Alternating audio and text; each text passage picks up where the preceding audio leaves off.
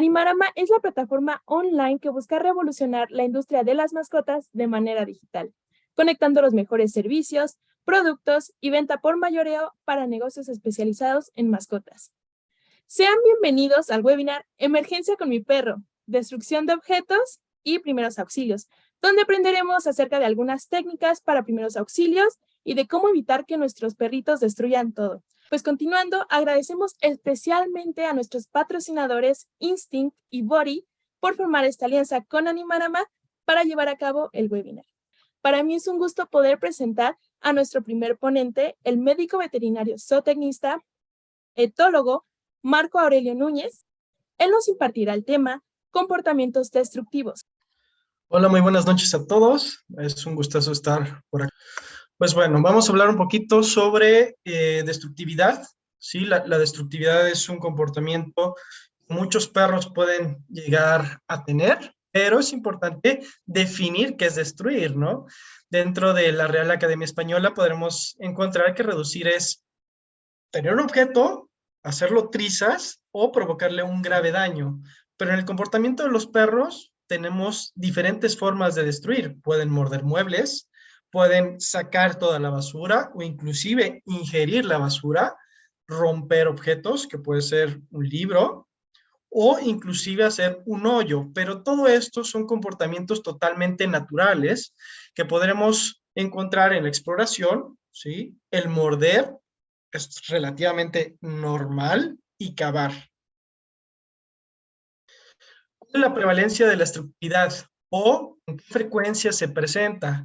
Hicieron una encuesta a 3.201 tutores de perros y encontramos que la destructividad, su incidencia es relativamente baja comparado con otros problemas de comportamiento como miedo, ansiedad, agresión, ¿sí? Es decir, dentro de 3.201 encuestados, pues bueno, solo el 12% de esos tutores dijeron que sus perros presentaban destructividad.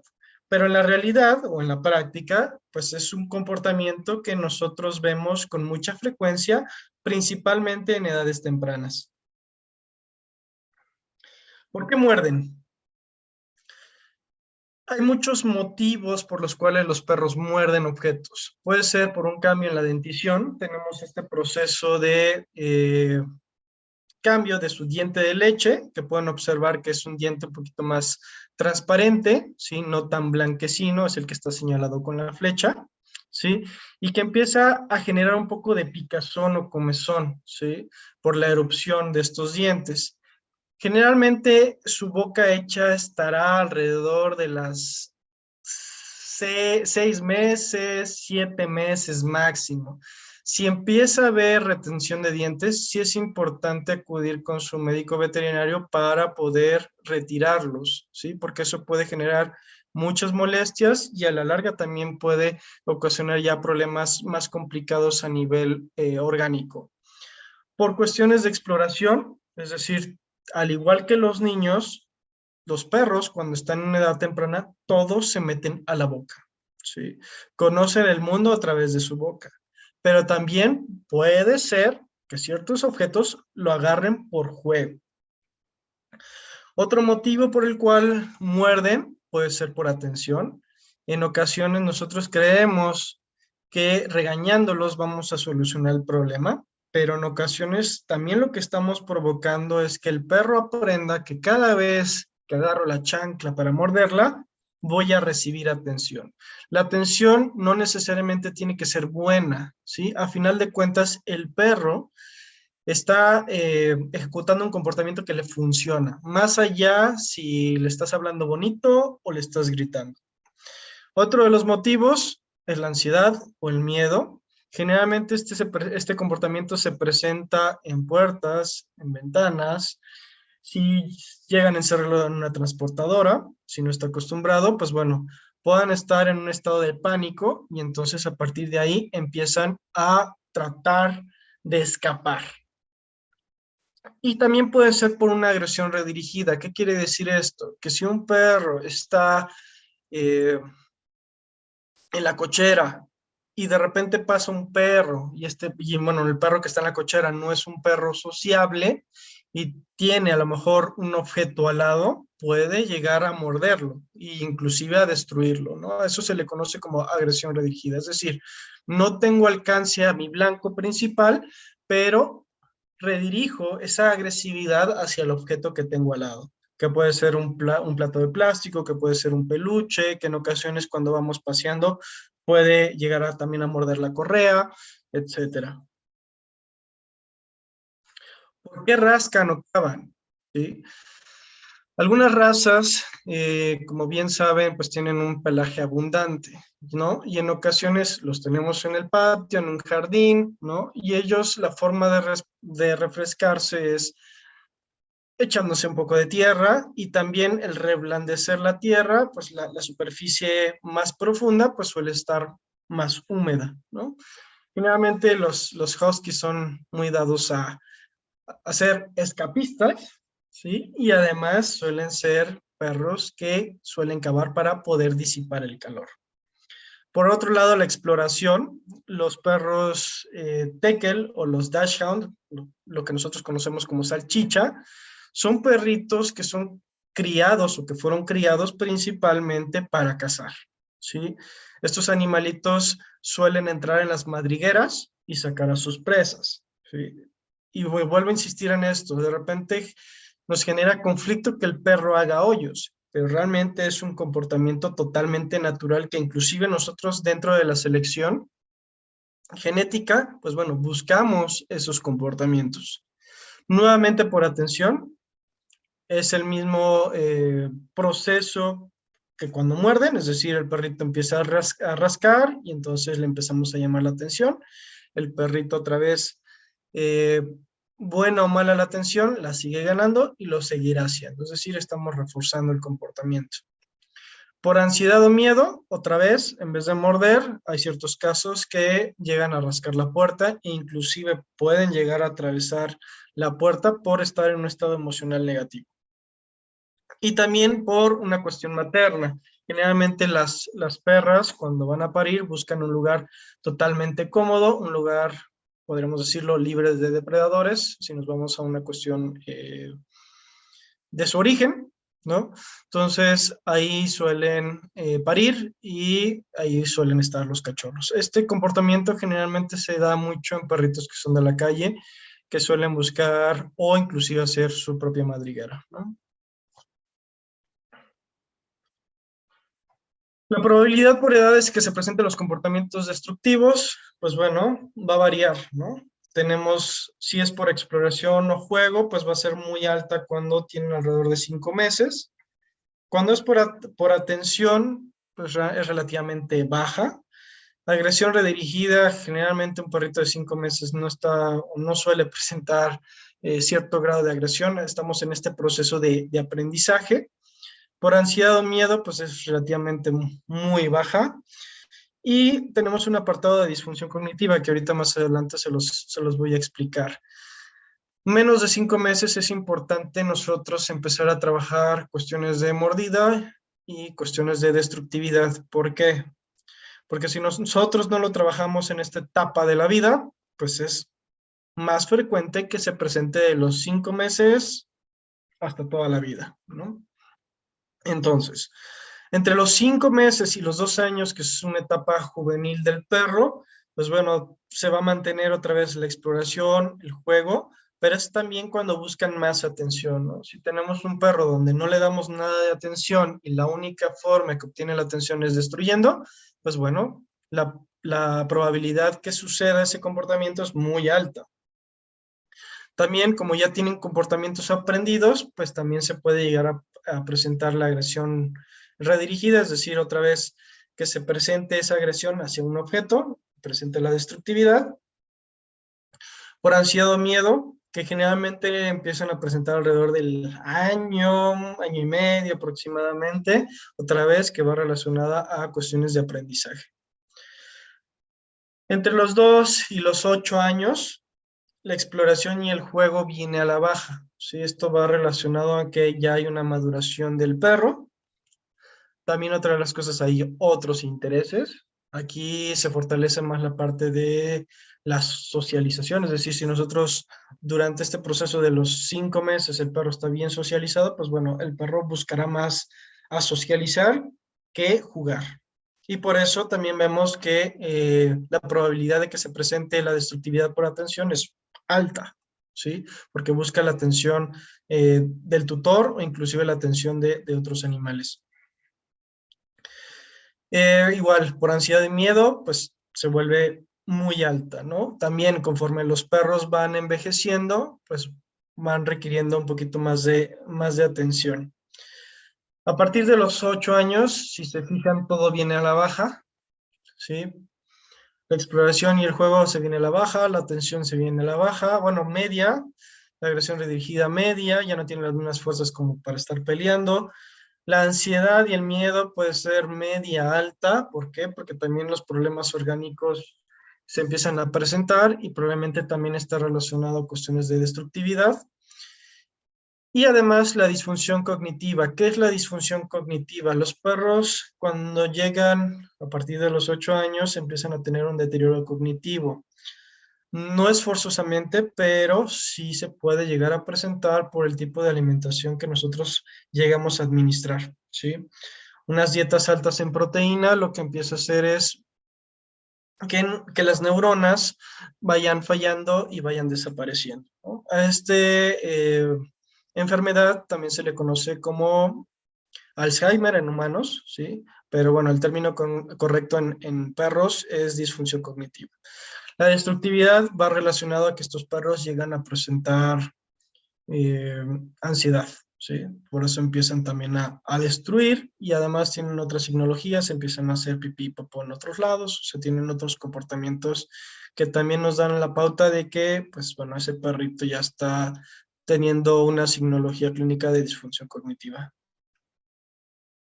¿Qué podemos hacer? Estructura. La mayoría de nuestros perros, y eso por experiencia, les puedo llegar a decir que los perros no tienen una estructura, ¿sí? Les damos atención, les damos actividad cuando nosotros podemos, pero los perros son de rutinas. Los perros son, pues sí, requieren de cierta predictibilidad, ¿no? En esta gráfica lo que van a observar son los niveles de activación. Las necesidades básicas deben estar cubiertas. Si se fijan, es una línea plana. Necesidades básicas me refiero a alimentación, una buena alimentación y salud, ¿sí? Después viene la parte de las actividades preferentes. Las actividades preferentes son las actividades mentales. Mentales me refiero a la resolución de problemas. Desde un entrenamiento básico avanzado hasta resolución de rompecabezas, juguetes tipo Kong, ¿no? Que tienen que estar sacando el alimento. Ahora con los snuffle mats, los tapetes olfativos que se volvieron de moda, ¿no? Que el perrito simula que está forrajeando. Forrajeando me refiero a búsqueda de alimento en aparentemente un tipo pasto, ¿no? Que literalmente es un fieltro que brota. La conducta exploratoria, que aquí más que nada es el paseo. Si se fijan en la conducta exploratoria debe ser plana, ¿sí? Debe ser calmada. La mayoría de los perros, pues cuando van al paseo, pues van a hacer una actividad física extenuante, ¿no? Y si nos vamos a la larga, estos periodos excitatorios también pueden generar estrés, ¿no? Y probablemente también en casa tengamos problemas de comportamiento. Si tenemos esta estructura como tal y el perro está en una línea totalmente plana, en ese momento nosotros podríamos hacer una sesión de aprendizaje. Sesión de aprendizaje me refiero a un entrenamiento. Y finalmente, si se fijan, hay un bajón en la curva donde ya es zona de confort, es decir, ya es la hora de dormir. Si nosotros damos esta estructura, el perro va a poder predecir su día a día y vamos a reducir la probabilidad de que se presente ansiedad o miedo. Es importante también que acudan con un etólogo veterinario cuando se presenten problemas de comportamiento. Cuando tiene alrededor de 5 meses hacia atrás, de repente sí pueden leer, pueden agarrar un libro, pueden encontrar información, obviamente traten de que sea lo mejor para su perro, ¿no? Pero cuando ustedes vean que para ustedes es imposible cambiar el problema de comportamiento, ¿sí? Es importante que acudan con un profesional. El etólogo veterinario es un médico veterinario que se encarga, ¿sí?, de diagnosticar y tratar problemas de comportamiento. También se encarga de prevenir, pero también hay educadores caninos que también pueden llegar a prevenir ciertos problemas de comportamiento, ¿sí? Pero el etólogo veterinario es el único que puede diagnosticar y tratar problemas de comportamiento. ¿Cómo lo hace? Primero tiene que descartar cualquier tipo de enfermedad. Puede llegar a administrar medicamentos psiquiátricos en caso de problemas emocionales y da un tratamiento que se basa en ejercicios para modificar el comportamiento, ¿sí? Este médico veterinario debe tener una especialidad o una maestría y, como les comentaba, se encarga principalmente en problemas emocionales, que puede ser miedo, ansiedad, agresividad, trastornos compulsivos, etcétera. ¿Qué podemos hacer más? Evitar, ¿sí? A veces nos cuesta trabajo entender que muchos de los problemas de comportamiento se pueden evitar, ¿no? Evitar me refiero a que si de repente les agarra los zapatos, pues no dejarle el alcance de los zapatos. Si de repente muerde los cables de la luz, pues tratar de que no estén al acceso del perro, ¿sí? Y otra de las cosas que a veces también hacemos de manera inconsciente, bueno, pues me gusta que mi perro me muerda la chancla y entonces jugamos, o que me muerda el pantalón y entonces jugamos. Hay que tratar de evitarlo por el hecho de que nosotros mismos estamos reforzando ese comportamiento, ¿sí? Y otra de las cosas importantes, hay que evitar dar juguetes que se parezcan a nuestros objetos. El mercado está lleno de juguetes que tienen forma de zapatos, forma de hamburguesa, forma de pizza, forma de lo que ustedes quieran, ¿no? Y el perro no sabe discriminar qué sí y qué no está permitido. Otra de las cosas que podemos hacer, hay que fomentar los comportamientos totalmente naturales. Si al perro le gusta cavar, ¿sí? Puedes comprar una tina, estas como de bebé, y entonces puedes fomentar que el perro esté cavando. Obviamente hay que tener cuidado de que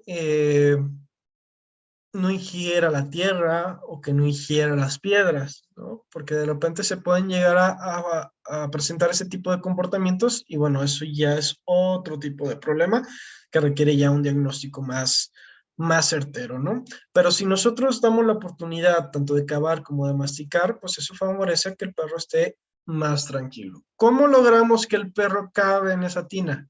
Pues obviamente, si está cavando en ese sitio, pueden reforzar o pueden recompensar al perro simplemente con pura voz, ¿sí? O inclusive pueden ustedes poner un poco de juguetes, si le gustan mucho los juguetes, los pueden enterrar y entonces el perro tiene que sacarlos. Eso se vuelve una autorrecompensa. El perro trabaja y entonces consigue lo que quiere. Otra de las cosas importantes, juguetes. Los juguetes deben ser al inicio fáciles de resolver. ¿Por qué? Porque si nosotros ponemos un juguete sumamente complicado, y suele suceder mucho con los Kong, que nosotros los damos y los damos, bueno, no sé si algunos conozcan el juguete Kong, pero el juguete Kong, hagan de cuenta que es como un panalito y adentro lo puedes rellenar de croquetas, ¿sí? Pero de repente nosotros creemos, bueno, pues mi perro es súper salsa y lo va a resolver muy rápido, pues atascamos, hacemos una masa, lo congelamos, le ponemos una tapa y entonces el perro nunca termina de sacarlo. Llega la frustración y el perro dice, bueno, ya no quiero utilizar este juguete porque pues no logro sacar nada. ¿Cómo tendríamos que utilizar un Kong? Realmente al inicio el perro debe de aprender a cómo sacar el alimento, que sería literalmente poner el Kong, poner un puño de croquetas y las croquetas van a salir por sí solas cuando lo mueva. Poco a poco hay que ir haciendo más complejo el juguete, ¿sí? Todos los juguetes, o la gran mayoría de juguetes, deben ser colocados bajo supervisión, ¿sí? Si vamos a colocar juguetes cuando no hay supervisión, sí les recomiendo que ustedes evalúen, ¿sí? O lean las etiquetas de la durabilidad del juguete. En el caso de Kong, hay un Kong negro, literalmente, que es un poco más grueso y eso permite que el perro esté más tiempo con él y evita un poco la destructividad. Eso no quiere decir que no lo vaya a destruir. Si lo dejamos todo el santo día y el perro se queda todo el santo día solo, es muy probable que lo rompa, aunque el juguete diga indestructible. Realmente no hay un juguete indestructible. Eh, la cuestión de los huesos deben ser de res y deben ser de el doble de la cabeza del perro. ¿Por qué? Porque así evitamos que se lleguen a atragantar, ¿sí? O que inclusive que se pueda llegar a astillar el hueso. El hueso es totalmente crudo, en ocasiones, digo, dependiendo de su carnicería de confianza, puede tener un poco de carne. Si no les da confianza estos huesos crudos de res, lo que pueden llegar a hacer es comprar en Petco, venden, ya, ay, perdón, no debí decir marcas, en Animarama, también, supongo, no he visto el catálogo, pero carnazas en forma de hueso de res, ahí pueden encontrar literalmente huesos deshidratados, que son literalmente enormes, y obviamente tienen más químicos y tienen más rollo como para que tengan durabilidad, ¿no? Pero pues también pueden llegar a funcionar. La cuestión de los huesos siempre debe ser bajo supervisión, ¿sí? Por lo mismo que les comentaba, puede haber atragantamientos, el hueso se puede estar astillando y eso puede generar problemas a la larga, ¿sí? Los juguetes, por lo menos los perros deberían tener tres, ¿sí? Disponibles todo el día, ¿sí? Pero cada tercer día deben estarlos rotando. ¿Por qué los deben de rotar? Por el hecho de que los perros se aburren con mucha facilidad. Yo les puedo asegurar que si ustedes guardan un juguete que esté totalmente roto, lo guardan un mes y lo vuelven a aparecer y les dará a los perros una alegría enorme como si fuera juguete nuevo, ¿sí? Esto por la finalidad de que el perro desapareció, el juguete desapareció y lo volvemos a presentar y genera mucha novedad. Y otra de las cosas importantes, hay que tratar de que los juguetes asemejen comportamientos naturales. Ahorita lo que les comentaba, está muy de moda los tapetes olfativos, que es lo que ven en la imagen. Y literalmente lo único que hace es pones un poquito de croquetas y el perro literalmente está olfateando el tapete para conseguir las croquetas. Estamos fomentando un comportamiento totalmente natural y eso hace que los perros estén más tranquilos. Digo, tampoco un producto milagro, ¿eh? O sea, tampoco piensen que ya haciendo esto ya mágicamente el perro va a dejar de destruir. Ayuda a disminuir el comportamiento y fomentamos que se presente ese comportamiento dirigido a una cosa que sí queremos.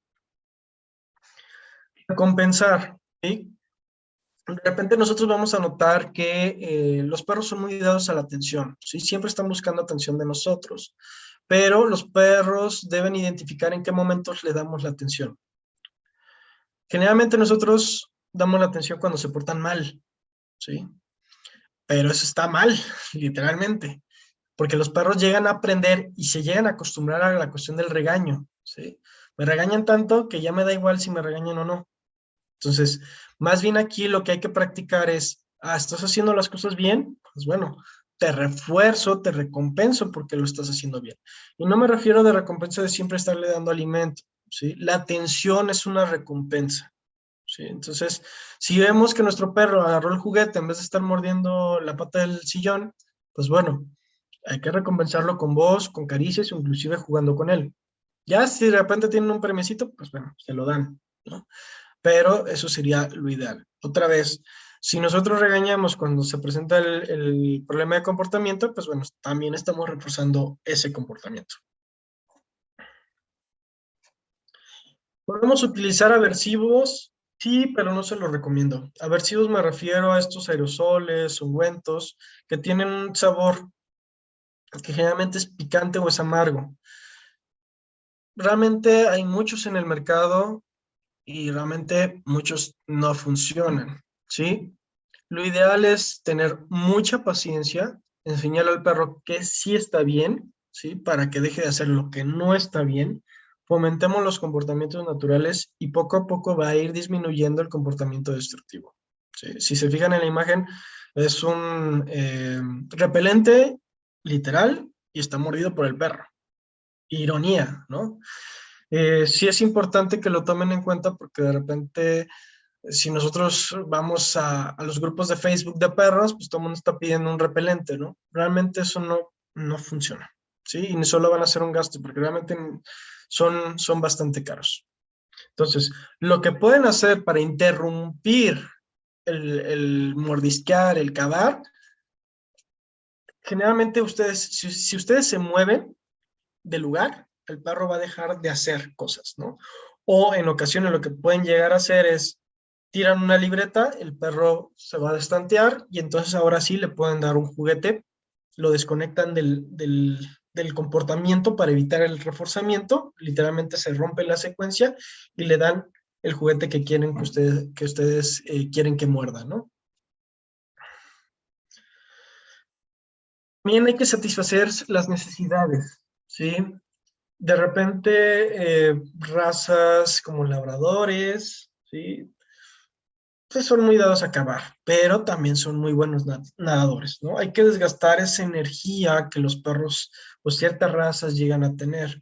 Los border collie, ¿no? Que de repente me jala el pantalón, me muerde los zapatos, ¿no? Porque son literalmente ovejeros. Esto que nos estén taloneando en ocasiones, pues bueno, es una característica racial, ¿no?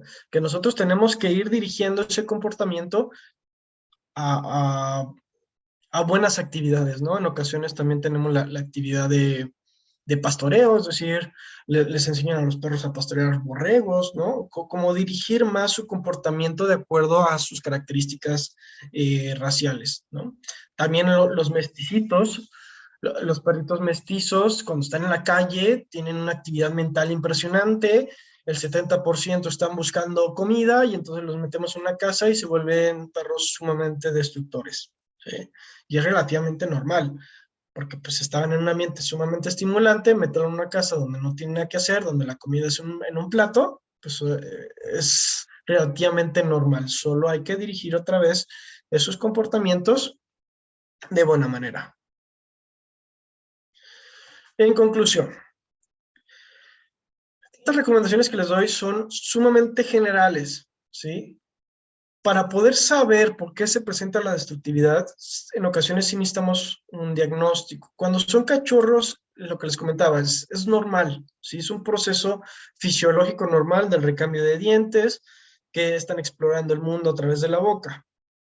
Pero ya a partir del año hasta los 8 años, ahí habría que investigar por qué se presenta el comportamiento destructivo, ¿sí? Si fue porque no aprendió durante su etapa sí, juvenil, o porque ya está presentando otro tipo de enfermedades conductuales, ¿sí? Siempre es importante acudir con el etólogo veterinario para prevenir, es decir, desde antes de adquirir al perro, para que nosotros tengamos la noción de qué significa tener un perro, porque de repente la gente compra un perro, pero no sabe que tiene dientes y no sabe que va a destruir, ¿no? Entonces sí hay que ser conscientes de los requerimientos que tiene ese perro, el tipo de juguetes que necesita, ¿sí? Estos cambios que les estoy comentando, satisfacer sus necesidades físicas y emocionales. Entonces, sí hay que tomar en cuenta que el etólogo veterinario los puede encaminar. Muchos se preguntarán, pues bueno, ¿dónde consigo un etólogo veterinario? Realmente la mayoría están centralizados en Ciudad de México, o estamos acá en Guadalajara, ¿no? Son como los dos lugares donde hay, ¿no? Etólogos veterinarios certificados, ¿no? Porque puede haber mucha gente que sigue etóloga y bueno, eso ya son otros temas. Pero como tal certificado solo hay en Ciudad de México y acá en Guadalajara, ¿sale? Ahorita, si tienen alguna duda, las pueden ir poniendo. Les dejo mis medios de contacto a través de Facebook. Tenemos nuestra página que es positivet.truerelationship o en Instagram nos pueden buscar como positivet.gdl. Nuevamente vamos a continuar con este webinar dándole la palabra al doctor médico veterinario zootecnista Apolinario Ibarra. Bien, muchas gracias a todos. ¿Me ven por ahí?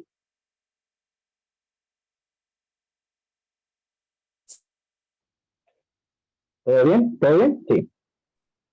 Sí, lo escuchamos. Ok, muy bien. Como les decía, muchas gracias a todos, a todos los asistentes, al doctor Marco Aurelio, muchas felicidades por su ponencia, la verdad muy interesante, y que ojalá los propietarios o tutores de mascotas tengan la oportunidad de poderse acercar a un etólogo, ya que, como comenta el doctor, lamentablemente pues existen muchos profesionistas aparentemente que no manejan muy bien la etología canina y es de vital importancia para que puedan resolver los problemas de conducta de sus mascotas. Ahora, en otro tema, pues yo principalmente les voy a hablar los primeros auxilios en mascotas. Los primeros auxilios en mascotas son aquellas medidas inmediatas que se toman en una persona o en una mascota lesionada. Esta mascota puede estar inconsciente o súbitamente enferma. ¿Qué quiere decir? Que ya trae una enfermedad en curso y por cual en el sitio donde ha ocurrido el incidente, donde fue la escena, y hasta la llegada de la asistencia sanitaria o a la clínica veterinaria. En este caso, un servicio de emergencia. Aquí tenemos que tener, antes que nada, ubiquen siempre de donde nos estén escuchando qué clínicas veterinarias tienen servicios 24 horas y siempre tengan a la mano el teléfono de su veterinario. ¿Vale? Es muy importante que sepan que los primeros auxilios no sustituyen la atención médica veterinaria. Esto es muy importante que lo sepan. Pero esta ayuda puede reducir daños, sí, o puede salvar la vida del paciente en lo que llega a la atención veterinaria especializada. Esto es muy importante y lo ponemos aquí en rojo. ¿Por qué? Porque en ocasiones queremos salvaguardar la salud con una emergencia de nuestra mascota o urgencia. Ahorita vamos a tocar el tema de la diferencia y podemos llegar a sustituir la atención veterinaria porque ya vemos bien a la mascota. El hecho de que lo veamos bien a nuestra mascota y que esté de aquí para allá con su actividad de comportamiento habitual, no quiere decir que no tenga nada, ¿sí? Les voy a poner unos tips más adelante para que sepan lo importante que es tener la medicina preventiva. Ahora, vamos a tocar la diferencia. Vamos a poner primero qué significa una emergencia. Es una situación que no amenaza de forma inminente la vida del paciente ni hace peligrar ninguna parte vital de su organismo, o si lo hace es en el transcurso de varias horas o incluso de días, incluso hasta ha llegado a tener meses de curso de la enfermedad. ¿Qué quiere decir esto? Para esto están los chequeos médicos para poder detectar a tiempo alguna enfermedad que se encuentre en curso, ¿sí?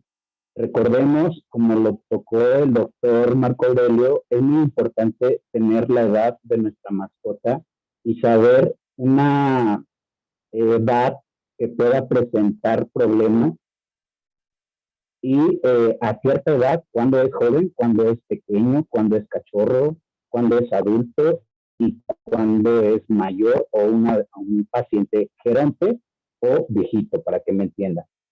Entonces, una urgencia es un suceso o situación que se presenta de imprevisto y requiere de una atención inmediata.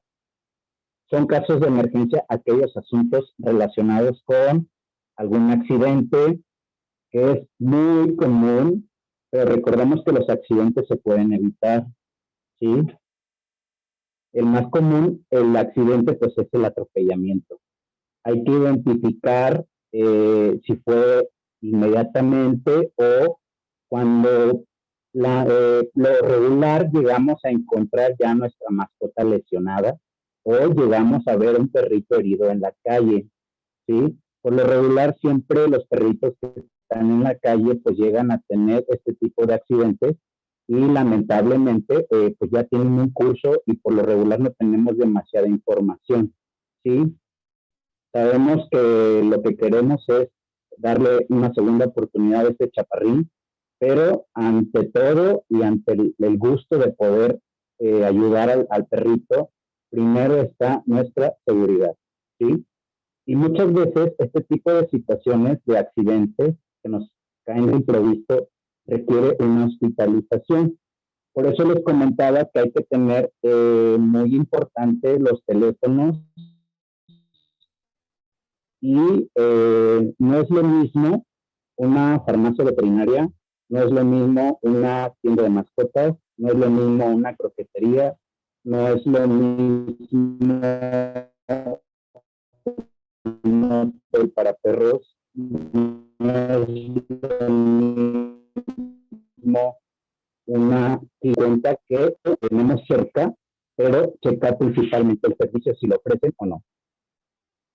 Y lamentamos mucho siempre cuando un paciente llega a morir. Sabemos lo importante que es para todos ustedes, pero lamentablemente cuando llegamos a encontrar a una mascota que ya falleció o en términos médicos o va a morir, lamentamos muchas veces no poder hacer nada y por eso es importante cuando hacemos los estudios de laboratorio, por ejemplo, en estos pacientes que están en agonía, que están postrados, que quiere decir que están tumbados, que están acostados, que no se levantan, que ya no comen, que tienen más de 6, 7, 8, 9 o 10 años o más de 10 años y muchas veces quisiéramos salvaguardar la vida, pero lamentablemente encontramos nosotros como veterinarios y como clínicos, encontramos lamentablemente muchas anomalías, como comentaba el doctor Marco, problemas cognitivos, problemas de la edad, problemas renales, cardíacos, hepáticos. Entonces, estas enfermedades se pudieran haber prevenido, aunque tomemos muy en cuenta que hay enfermedades crónico-degenerativas que lamentablemente no se pueden evitar. Se pueden controlar solamente, más no curar. Pero si podemos diagnosticar antes, que es la medida preventiva, podemos asegurarles que nuestra mascota puede tener una mejor calidad durante esa enfermedad que se diagnosticó a tiempo y así en un momento de una urgencia podemos tener toda esa información al doctor veterinario que se encuentra ahí. ¿Por qué? Porque ya les vamos a poder dar información de, ¿sabes qué? Mi perrito le diagnosticaron una enfermedad renal en tal fecha, de tal tiempo, o una enfermedad cardíaca en tal fecha, tal tiempo. Por eso es de vital de información poderle decir al veterinario todo esto que nosotros lo denominamos como historia clínica. Y muchas veces no la tenemos. ¿Por qué? Porque a veces llegamos a ver a la mascota solamente en las noches o solamente los fines de semana. Y cuando son accidentes, pues lamentablemente una urgencia, pues llegamos a querer la atención en cuanto antes, pero no tenemos ninguna información. ¿Por qué? Porque no estamos tan cerca de nuestra mascota y esta información es de vital importancia. Si van teniendo dudas, las pueden ir escribiendo y si voy muy rápido o muy lento, me pueden ir diciendo. Con mucho gusto. Ahorita vamos a tocar unos ejemplos entre qué es una urgencia y una emergencia. Una urgencia, por ejemplo, puede ser un vómito, ¿sí? Pero cuando este vómito, por ejemplo, es de más de 4 días o más de 4 veces, llega a haber sangre, ya no tolera el líquido. Esto es muy importante. ¿Por qué? Porque no podemos hidratar a nuestra mascota, en este caso al paciente, y el vómito es una urgencia. ¿Por qué? Porque va a afectar sus electrolitos que están en su torrente sanguíneo y esto puede afectar a una deshidratación y la deshidratación puede conllevar a más problemas, ¿sí? Cuando hay diarrea o una diarrea no hay tanto problema, pero cuando llegamos a tener diarreas sanguinolentas hay que tener muchas veces esta información de cuántas veces ha evacuado de esa coloración, porque estamos acostumbrados a, pues, a ver la popó bien formada, y este tipo de evacuación es una señal de alerta y es de vital importancia para el propietario.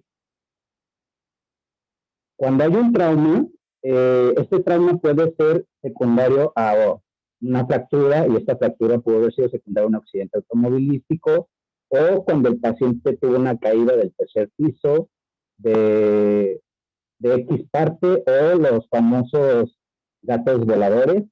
Estos también es importante llegarlos a atención inmediata. Y otra cosa que puede considerarse también como un trauma puede ser lo que es una mordedura, ¿sí? Ahora, cuando una mordedura acaba de ocurrir, lo más importante es identificar cómo fue y llevarlo de inmediatamente al veterinario. Y hay que tener qué perro fue, el tamaño, toda esa información que les comento es de vital importancia, y sobre todo cuando el paciente está inconsciente o tiene dificultad respiratoria. Como les comentaba de los perritos de más de 7 años, hay pacientes que ya tienen en curso una enfermedad cardiovascular, una enfermedad pulmonar, y muchas veces el colapso, que es el desmayo o la inconsciencia, esto requiere una atención inmediata. Cuando les comentaba que hay dificultad para respirar, eso es inmediato. La dificultad para orinar también es una urgencia, y esto va enfocado principalmente a los gatos o perros que llegan a tener una obstrucción urinaria. En ocasiones llegan por una, vamos a tocar un poquito el tema, así rápido. Cuando los perros tienen, como lo comentaba el doctor, tienen una dieta alta en proteína o alta en minerales, estos pacientes llegan a tener un sedimento urinario bastante, con un pH que no es ideal. Entonces, ¿qué es lo que llega a pasar? Que estos pacientes llegan a formar pequeños minerales, y estos minerales generan inflamación, y esta inflamación puede generar un taponamiento, y por consiguiente genera una obstrucción de la uretra, y por consiguiente pues no van a poder orinar, y es una urgencia. Ahora, esto lo comento de la anorexia de más de 48 horas. ¿Por qué? Porque llega a pasar en ocasiones que es la enfermedad de los lunes. ¿Por qué? Porque a veces el lunes está lleno de consultas médicas. ¿Por qué? Porque durante el fin de semana, como no estuvimos, como salimos por lo regular de vacaciones o un fin de semana fuera de casa, llegamos a checar que nuestra mascota no ingirió nada de alimento, pero hay que tener en cuenta que si, como lo comentaba el doctor, pues si no comió por un apego en cuanto a la ausencia de los propietarios, no es tanto una urgencia, pero si lleva más de 2 días, 3 días que no ha comido, sí es importante señalarlo, pero identificar la causa, porque en todas las enfermedades y la mayor parte de los padecimientos, tanto de gatos como de perros, es como el signo clínico más común, que dejan de comer, ¿sí? O sea, quiere decir que puede tener cualquier enfermedad. Cuando tenemos una ingesta de un toxoide, y lo más importante es identificar cuál es el toxoide. Se dice también que no debemos de tener al alcance, como en los niños humanos, ciertos productos que pueden llevarse a la boca y por consiguiente pueden generar una intoxicación. Entonces, lo mejor es tenerlos bajo observación y saber qué es lo que tenemos. Una de las intoxicaciones más comunes es la ingesta de raticidas, de venenos para rata, como quieran denominarlo. Es como los perros, como lo comentaba el doctor, son curiosos y les gusta experimentar y ver y olfatear. Pueden llegar a tener la ingesta de estos productos, y hay unos productos que requieren una rápida atención, dependiendo de la concentración y del producto que esté ingiriendo, ya que hay otros que si lamentablemente dejamos de pasar el tiempo de la digestión, lamentablemente no se puede hacer mucho, pero siempre hay que identificar qué toxoide es el que ingirió. Una de las urgencias, que son de vital importancia es la dilatación valvulogástrico o la torsión valvulogástrica. Le voy a poner un ejemplo para que lo relacionen.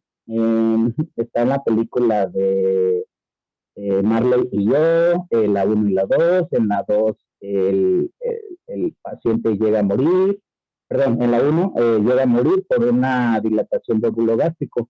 ¿Qué quiere decir? Que el paciente ingirió gran cantidad de alimento, ya sea agua o croqueta, y el paciente tuvo una actividad física leve o moderada, y el estómago tiene la capacidad de distenderse como un globo. Entonces puede llegar a girar de 180 a 360 grados, y es una urgencia, ya que es una de las enfermedades o padecimientos de una tasa alta de mortalidad en todo el mundo. Entonces, esto lo predisponen siempre las que son razas de tórax grande. Pueden ser un gran danés, un gigante de los Pirineos, un terranova, un labrador, un golden retriever. Todos esos perros grandotes que tienen un tórax grandote son los que predisponen a este tipo de enfermedad. Por consiguiente, cuando vean inflamado o distendido con una panzota, su mascota, hay que pensar en una de estos dos padecimientos para su rápida atención. Ahora, las convulsiones, el 60-70% de las convulsiones en mascotas son idiopáticas. ¿Qué quiere decir? Que muchas veces no llegamos a saber la causa. Sí, efectivamente es una urgencia, pero yo les puedo sugerir y recomendar que lo más importante en cuanto a una convulsión es estar tranquilos. ¿Por qué? Porque le podemos evitar lesiones secundarias a un paciente que está teniendo una convulsión, y hay que estar atentos en el momento, y no se les olvide, si están teniendo una convulsión una mascota, ahorita pueden checar en cualquier video en internet y pueden ver más o menos cómo es una convulsión. Y lo que pueden hacer es grabarlo. Si están acompañados de otra persona, una persona trata de tapar lo que es la cara con una frazada, una toalla, mantenerlo tranquilo y dejar que pase el episodio epiléptico o convulsión, y la otra persona puede estar grabando. ¿Por qué? Porque ese video es de vital importancia para el médico para poderlo clasificar, ya que una convulsión hay muchas variantes, hay muchos tipos de clasificación. Puede ser tónico-clónico, ambulatorio, no ambulatorio, consciente, inconsciente, y entonces relajación de esfínteres, todo esto, cuánto tiempo duró, si fueron milésimas de segundo, 1 minuto, 2 minutos. Entonces todo esto con un video lo podemos aclarar al veterinario sin necesidad de que nosotros seamos neurólogos o que solamente seamos el propietario de nuestra mascota. Ahora, los problemas neurológicos sí, efectivamente pueden ser una urgencia, pero siempre y cuando el paciente tenga un movimiento o un deambular o caminar anormal. Porque les voy a poner un ejemplo que existe de una patología que se llama síndrome vestibular. El síndrome vestibular es una afección del oído medio o el oído interno, para que me entiendan, y esto puede ser secundario a un problema inflamatorio, bacteriano, y el perrito por lo regular inclina la cabeza hacia el lado de la afección, ya sea derecho o izquierdo, y empieza a dar vueltas en el mismo eje como si fuera una pelota, o durante todo un cuarto, y lo único que lo mantiene a regresar es su propio orientación Doctor, creo que pero estamos como perdiendo su conexión. está afectado por un problema neurológico, perritas que, ¿perdón? Ah, creo que lo ¿Todo bien? perdimos por un momento. Sí. ¿Usted nos escucha? ¿Ya me escuchan? Sí, Sí, excelente. yo sí. Una disculpa. Ya. Ok. ¿Se quedaron en alguna parte? No, como que nada más estaba escuchando muy entrecortado, pero ya lo escuchamos muy bien. Ah, ok. Ya, ok. Entonces, les comentaba a todas aquellas perritas que están embarazadas eh, y que llegan a tener una dificultad para parir, siempre se considera una urgencia. Para esto, para evitar una urgencia, si estamos conscientes de la sobrepoblación y conscientes de que nuestra perrita no se esterilizó y que tuvo una salida no planeada en una etapa reproductiva o en celo, como se conoce, y si esta perrita va creciendo, obviamente su abdomen, y podemos pensar que está embarazada, lo más ideal es llevar un embarazo responsable. Y esto lo puede hacer el médico veterinario. ¿Para qué? Para poder hacer evaluaciones continuas durante la gestación, que dura aproximadamente entre 68 a 70 días, puede ser menos 63 o 58 días. Esto puede variar. Entonces, si no sabemos la cantidad de cachorros, si no sabemos cuándo se cruzó, si de repente vemos que está una cabecita o una colita, no sabemos qué hacer, obviamente es una urgencia, pero podemos haber evitado este tipo de falta de información por no llevar un embarazo responsable. Entonces, hay que tener siempre, si no queremos embarazos no planificados, esterilizar y saber qué tanto riesgo tiene nuestra perrita para estar embarazada y por consiguiente pues tener más cachorros a este planeta, que no, es algo de lo que no deseamos. Les voy a poner la comparación de lo que es una emergencia. Por ejemplo, un vómito, por lo regular, no es una urgencia, pero se considera una emergencia. Pero muchas veces un vómito es muy común en los gatos, cuando llegan a ingerir sus famosas bolitas de pelo al acicalarse, al lamerse, o cuando el perrito tiene un ayuno de 8 a 12 horas, puede haber un vómito, y puede haber esta coloración amarillenta, con moquito. Yo no me alarmaría si fuera propietario por un vómito, ¿sí? Hay que considerarlo, pero no es una urgencia. Una diarrea, casi el 60% de las diarreas se pueden considerar como mecánicas. Las diarreas mecánicas son todas aquellas donde el paciente por accidente o por una fiesta ingirió algún ingrediente que no está habituado y no está acostumbrado. Y estas diarreas se van a resolver al día siguiente con la siguiente ingesta de alimento. Entonces, no se alarmen tampoco, pero sí hay que considerarlo.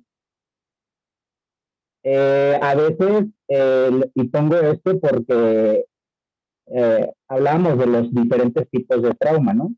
Pero también existen los traumas que son muy pequeños, que puede ser un rasguño de otro gato o una uña rota, o una mordida de un paciente a otro, pero el paciente está estable, ¿sí?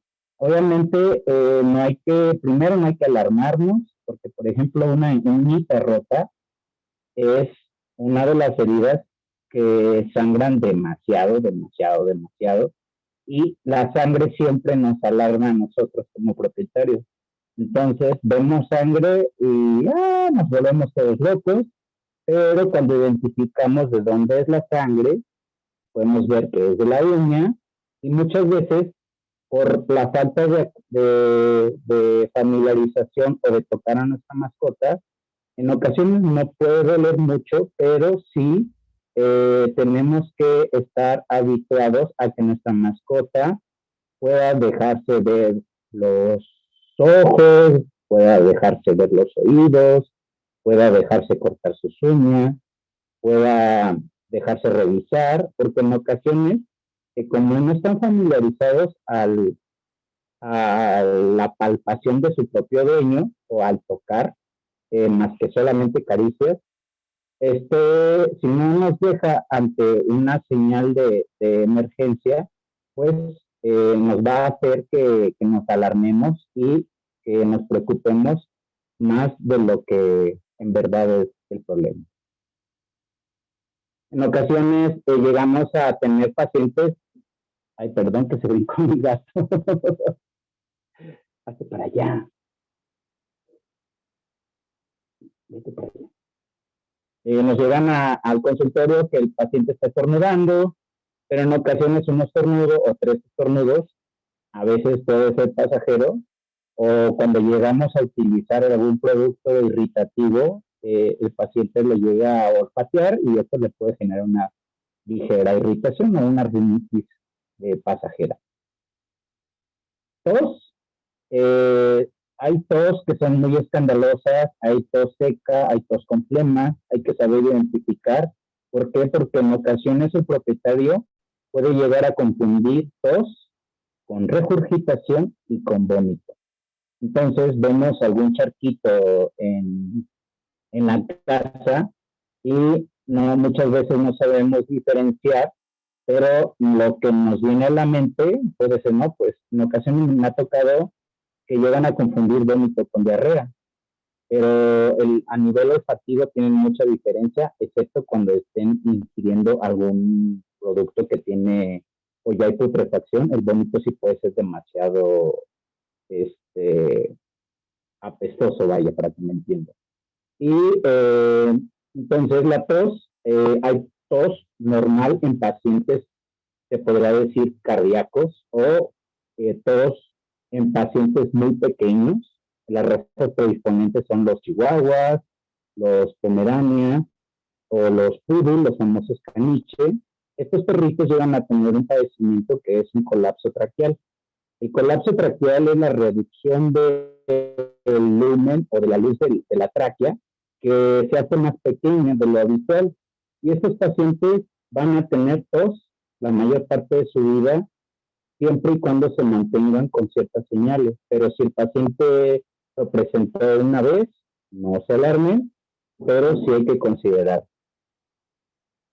No es una urgencia cuando hay unas 12 horas sin haber ingerido algún alimento. Esto se puede denominar como hiporexia, que es lo contrario, o ingesta pequeña o disminución en la ingesta de alimentos. No se alarmen, pero sí hay que señalar. Muchas ocasiones vemos que un paciente se está rascando mucho. Esto lo denominamos el término médico como prurito, y ustedes lo conocen como comezón. Y la comezón no es una señal de urgencia, pero sí hay que considerarlo. ¿Por qué? Porque el paciente que tiene comezón, ese paciente se puede autolesionar con sus propios dientes o con un exceso de fricción. Sería el mismo ejemplo de que si yo me rasco con mis uñas continuamente en la pierna o en el brazo, en el antebrazo, va a haber un momento en que se me va a poner rojo, va a haber inflamación y por consiguiente pues voy a tener dolor, después una irritación, y el paciente lo que va a hacer es empezarse a lamer, llevarse bacterias de la cavidad a la lesión, y esto puede generar un parche caliente, quiere decir que se llena de bacterias esa lesión, y entonces ya así se convirtió en una urgencia. Muchas veces tenemos en consulta, que mi perrito está cojeando, pero hay diferentes grados de claudicación, que es el término médico correcto, pero el paciente puede cojear, a veces cojea, hay que tener muy en cuenta cuando es de estática, que quiere decir que está acostado, y después de ahí, al pararse es cuando empieza a cojear. Entonces, podemos decir que cuando es de estática a dinámica, cuando empieza a deambular, es cuando puede presentar la cojera. Y en ocasiones pasa desapercibida y se puede quitar solito. Esto es muy común en los pacientes de raza pequeña, voy otra vez, cuando tienen algún problema en su rodilla, en pacientes que ya son más de 8 o 9 años y que tienen problemas osteoarticulares degenerativos, van a cojear, sí, pero ellos ya están en tratamiento. Entonces, no se puede evitar, pero sí se puede controlar. Doctor Polo, disculpe que lo interrumpa. Quedan Sí. 10 minutitos más o menos para... Ok, muy bien. ¿Vale? Sí, ya casi. Ok, cuando detectamos una bolita en el cuerpo no es una urgencia, pero sí hay que considerarlo y hacerle mención en la consulta. Cuando tiene un excremento pegado, hay que señalarlo, más sin embargo no es una emergencia. Cuando encontramos un perrito en la calle, no es una emergencia, todo depende de cómo se encuentre y hacerlo. Las pulgas no es una emergencia, pero sí hay que tratarlo. Y la depresión o miedo no es una emergencia, pero sí tiene que tratar. Lo que les comentaba, en línea de atención veterinaria hay que tener el horario de nuestro médico veterinario y sus teléfonos de emergencias y saber si atiende urgencias. Y si él o el médico veterinario no está, ¿a dónde nos dirigimos? No perder el tiempo en la atención telefónica, buscar al más cercano, buscar a la clínica mejor equipada. Existen hospitales de atención 24 horas y tener nuestro famoso kit de emergencia. Como esta imagen es vital, en lo que vamos al trayecto al veterinario le vamos explicando lo que pasó, lo que posiblemente, para que el veterinario esté preparado. Nuestro kit de emergencia, para que lo tomen en cuenta, les pueden dar un screenshot a la ponencia, a la pantalla. Hay que tener el teléfono del médico veterinario, hay que tener gasas, hay que tener toallas, paños limpios, tela adhesiva, algún bozal,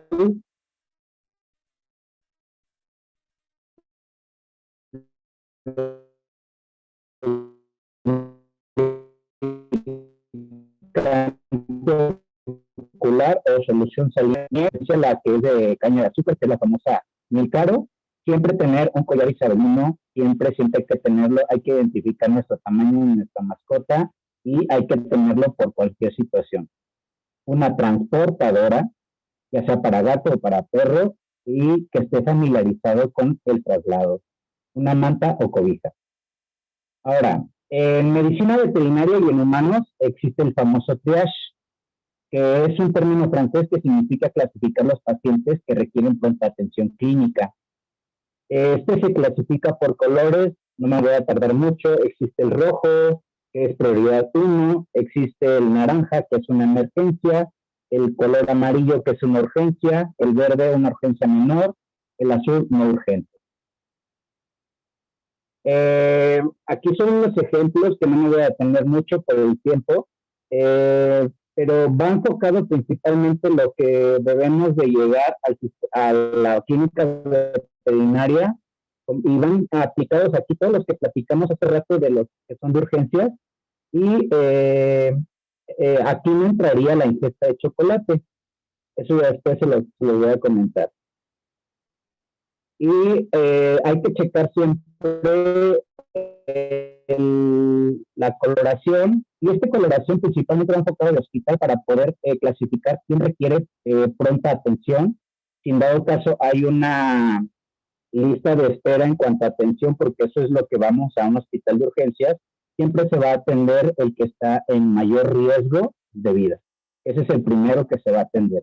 Entonces, si tú llegas con un problema de una uñita a un hospital de urgencias, créeme que te van a, la lista de espera es de 1 hora a hora y media, más o menos.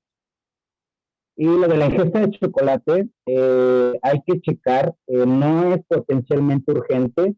¿Por qué? Porque es muy común. Obviamente sí sabemos que el chocolate es tóxico, pero depende de su composición, la cantidad y del metabolismo del paciente para generar la toxicidad. Bueno, ya una vez que tenemos el triage, dependiendo de la clasificación, los que son rojos van a reanimación, atención inmediata, los que van de naranja tienen una atención menos a 10 minutos, los que van en amarillo se manejan en observación, los que están en verde pueden estar en control o en sala de espera, y los clasificados en azul lo puede revisar un asistente o darle cita para una atención en consultorio al día siguiente. El porqué de los primeros auxilios. El principal objetivo es evitar mayores daños, tanto en el paciente como en ustedes. Hay que retirarlo del sitio de riesgo, trasladarlo a un sitio especializado de atención médica. Hay que ser inmediatos. Y en cuanto a su seguridad de ustedes, es evitar agresión. Esto es vital. Nunca asumir que los perros dóciles son inofensivos. Cualquier perro o gato con estrés y dolor puede ser agresivo y su mordida o su ataque es por dolor. Al tratar de rescatar, y eso se los he recalcado mucho a los propietarios que les gusta el rescate de las mascotas, pueden tener ustedes estar en riesgo en cuanto a enfermedades zoonóticas, que quiere decir que son enfermedades que se pueden transmitir de la mascota al humano. Y ustedes, por ejemplo, si está intoxicado el animal y no tienen la precaución en cuanto a unos guantes, ustedes mismos también pueden resultar intoxicados. Puntos clave para el momento de unos primeros auxilios: mantener alejada nuestra cara del hocico o garras del paciente. Si es posible, evaluar rápidamente en busca de otras lesiones que no las hayamos encontrado. Avisar al médico veterinario sobre el incidente y el arribo al servicio. ¿Qué quiere decir? ¿Cuánto tiempo estamos cerca? ¿Cuánto tiempo nos trasladamos? Para ir indicando vía telefónica lo que tenemos que hacer. Si es posible, hay que tratar de estabilizar las lesiones antes de movilizar al perro, ¿sí? Primero estabilizamos y luego movilizamos. Eso ténganlo muy claro. ¿Por qué? Porque podemos evitar este tipo de lesiones y nadie va a querer este tipo de lesiones en sus manos. Para el acercamiento hay que poner primero bozal. El bozal está contraindicado en problemas respiratorios, cuando hay lesiones en cara, hocico o nariz, y cuando hay vómito muy profuso no hay que poner bozal, y siempre bajo supervisión. Y hay que usarlo para prevenir una mordedura. Les pongo este video de cómo, si en dado caso no tienen bozal, les decía que pueden tener un mecate o una cuerda, y este tipo de vendaje es muy básico y muy fácil. Lo pasan por el hocico, le dan vuelta abajo, le dan vuelta arriba y después lo pasan detrás de las orejas para evitar una mordida. En el gato es diferente el manejo. Hay que envolverlo en una manta y principalmente una transportadora. Existen trampas para gatos, en dado caso lo queremos atender, son especiales, y habituar al gato a trasladarlo en su transportadora. El traslado, primero la curación y después la tranquilidad. Podemos trasladarlo en una manta con el mínimo daño en el menor tiempo posible, mantener la vía respiratoria permeable, siempre checar que esté inflando su diafragma o su abdomen, favorecer la ventilación. Hay que hacer presión en hemorragia, evitar el dolor e inmovilizar. Hay que proteger las heridas y durante el transporte mantener en observación en una zona restringida como lo es en la caja o en la transportadora. Las heridas lo que debemos hacer es evitar la mayor contaminación, evitar más sangrado y evitar más dolor.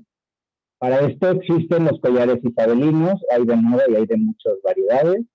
Podemos tener las vendas que les comenté, solamente cubrir sin hacer presión. Y para evitar el anido, para eso está el collar isabelino, porque lo primero que va a hacer reactivamente la mascota es lamerse. Y puede generar este tipo de lesiones, que estas lesiones pues ya tienen bastante tiempo. En fracturas con exposición de huesos se deben proteger con un lienzo limpio. Inmovilizar solo cuando estén debajo de la rodilla o el codo. Y utilizar las toallas o lienzos o una venda.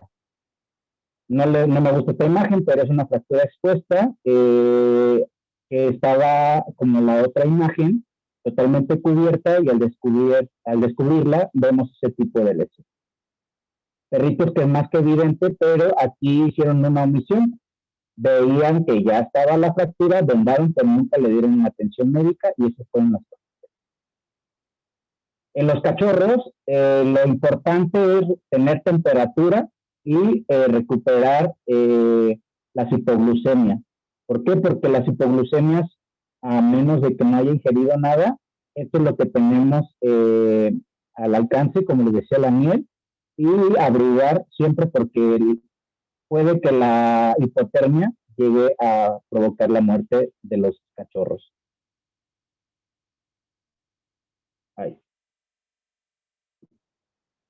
Esto les decía principalmente, cuando lleguemos a la consulta tenemos que dar la información de alergia, qué medicación lleva, qué problemas ha tenido, otro tipo de enfermedades, y la última vez que orinó, que defecó, comió, etcétera, y eventos ocurridos antes del problema.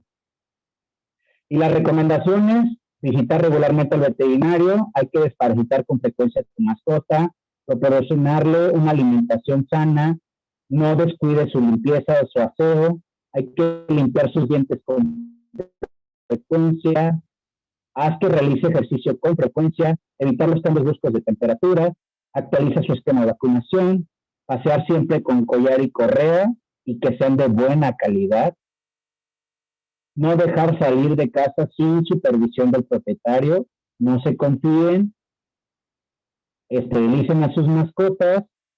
Después de los 5 años se recomienda hacer un check-up sanguíneo cada año y después cada 6 meses. Hay que protegerlo con parásitos internos y externos con frecuencia. No juntar mascotas sin conocer su estado de salud. Como les comento, esto va enfocado principalmente cuando rescatan un perrito que no sabemos su estado de salud, puede poner en riesgo a nuestra mascota que tenemos. Y hay que aceptar solo recomendaciones veterinarias, no recomendaciones de vecinos, recomendaciones de chat, etc. Con esto voy a cerrar. Los médicos saben que la salud de una población no se obtiene o mantiene con los medicamentos, que es mucho mejor, más fácil y prudente adoptar medidas preventivas para evitar enfermedades. El que no previene, accidentes tiene. Con esto, muchas gracias y recuerden que amo responsable, perro saludable. ¿Cualquier pregunta? Excelente. Muchísimas gracias, doctor Polo. Justo importante información para aplicarlo pues cuando sea necesario, ¿no? Vamos a cederle la palabra a Julio César Ambriz, quien es director general de Animarama, y nos va a dar unas breves palabras. Adelante, Julio. Ahí está.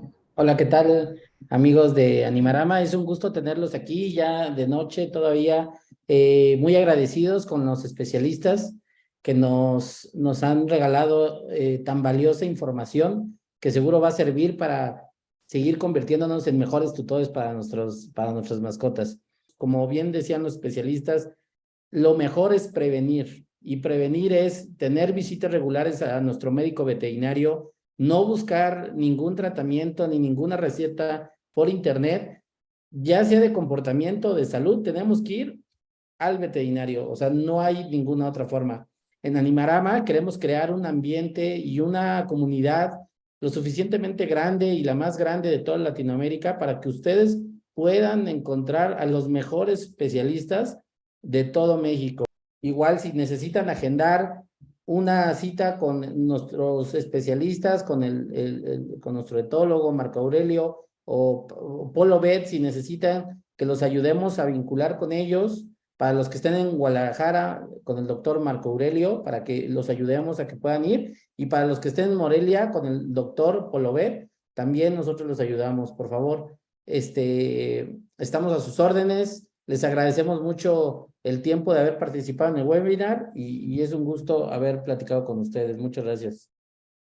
Por parte de Animarama, conectando lo mejor para las mascotas, agradecemos la participación de los médicos veterinarios Marco Aurelio Núñez y Apolinar Ibarra por enriquecernos con la información sobre estos temas, destrucción de objetos y primeros auxilios con mi perro. Y pues bueno, asimismo agradecemos la asistencia de todos ustedes y los invitamos a seguir nuestras redes sociales para encontrar los mejores productos y servicios para mascotas. Pueden encontrar los productos de Bori e Instinct en nuestra tienda en línea, tienda.animarama.com.mx, y les dejamos una encuesta en el chat que también les estará llegando a su correo, por lo cual les pedimos un poquito de apoyo para poder responderla y así brindarles más espacios como este. Y si alguno de ustedes necesita agendar una consulta con alguno de los doctores, recuerden que pueden contactarnos, nos pueden escribir a Animarama en nuestras redes sociales o pueden mandarnos un WhatsApp al link que se va a dejar en el chat. Pues eso sería todo por nuestra parte. Muchas gracias a todos por su participación. Agradecemos a los doctores y que tengan buena noche. En Animarama conectamos lo mejor para las mascotas. Nos vemos pronto.